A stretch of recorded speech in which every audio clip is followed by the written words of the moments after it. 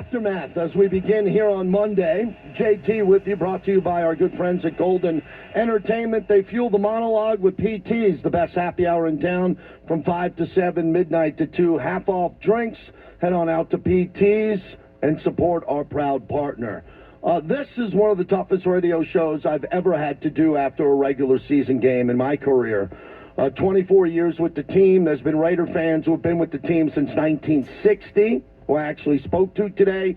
New fans in Vegas, fans from Oakland, fans from Los Angeles, fans that stream us nationally, and we really appreciate that on the Raiders mobile app, and fans who actually stream us globally, who listen to the flagship of the Silver and Black. What I saw yesterday was something that I've never seen before in my life as a football fan. It was an epic collapse of epic proportions, and I can't believe that I saw it with my own two eyes. I had a really rough time last night. The post-game show was the same old type of post-game show after a loss, but it had a little bit more of a bite to it. Did my 3-hour show nationally. Raider fans called in on that one, and woke up today with a pit in my stomach. Really honored to have this opportunity. I mean, this is not my first rodeo coming off a loss, but that was, without a doubt, the worst loss I've ever seen in Raiders regular season history. I don't date back to the 60s and 70s. I was shocked to know that this was the biggest point collapse in Raider history. I never would have guessed that. I always assumed that there was a game or two or four where the Raiders might have blown a game, but the 20-point advantage the Raiders squandered was the largest blown lead in franchise history, and they lost a game that they should have won easily. Now, I have no format today. Harry Ruiz, the Latino voice, is supposed to join us. Donald Penn, who did the post-game show with me last night, he's on a plane now. He's supposed to join us maybe around 1:30. I leave the phones open on Monday for obvious reasons. You know, on Monday we got an opportunity to celebrate a great win or talk about a loss, and we didn't expect this type of loss. No one did. Being at the game inside Allegiant Stadium, it was glorious. It was a gorgeous day. One of the coolest flyovers. Carlos Santana lit the torch after playing one of the best anthems I've seen, and it was a great day. And I was sitting in that Twitch club lounge with my wife and my son and friends at halftime, up 20-0, clearly expecting this to be a best-case scenario for the Silver and Black. The absolute best-case scenario for the Raiders looked to be an easy, comfortable win that would get them back to 500 and then be a springboard of momentum into the season. So let me repeat that again. In life, sometimes go from a best-case scenario to a worst-case scenario, but that's very rare. They go from a great best-case scenario to something that's awkward, but rarely in life do things go from a best-case scenario to a worst-case scenario. Think of it. Could happen in the stock market when it crashes. Could happen, obviously, with something in your personal life, but normally it doesn't happen that way.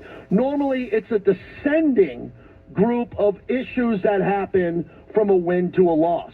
But a collapse? Even I haven't done many collapses on the Raider flagships over my life. Haven't done many collapses. And there's no way to say this wasn't a collapse. Please, I'm being kind. I'm being very kind saying that this is a collapse. I'm being very kind. This was a collapse. A complete failure of the football team in a big spot, and no one expected it to happen because they were playing well. They really were playing well in the first half of that game. And that game, the final should have been like 37-14, 28. You know, because Arizona was going to come back, everybody. No surprise, Arizona was going to make adjustments and come back. But the Raiders had such a big lead, and such a big lead with over 8 minutes in the fourth quarter, that Arizona needed 2 touchdowns and two-point conversions to even get the game to overtime. And then in overtime, the Raiders got the ball back with an opportunity to win with a field goal and put that game away. In a game that they should have lost. They could have lost, believe me.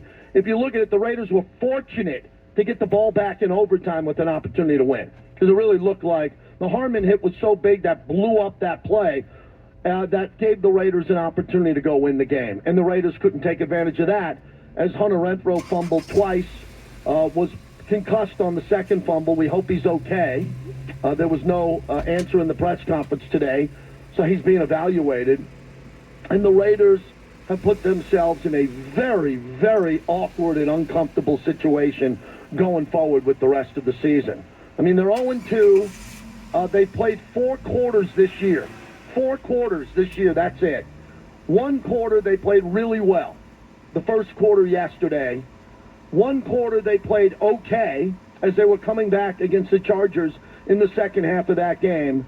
And 2 other quarters they didn't show up. One they didn't show up, and another one they collapsed.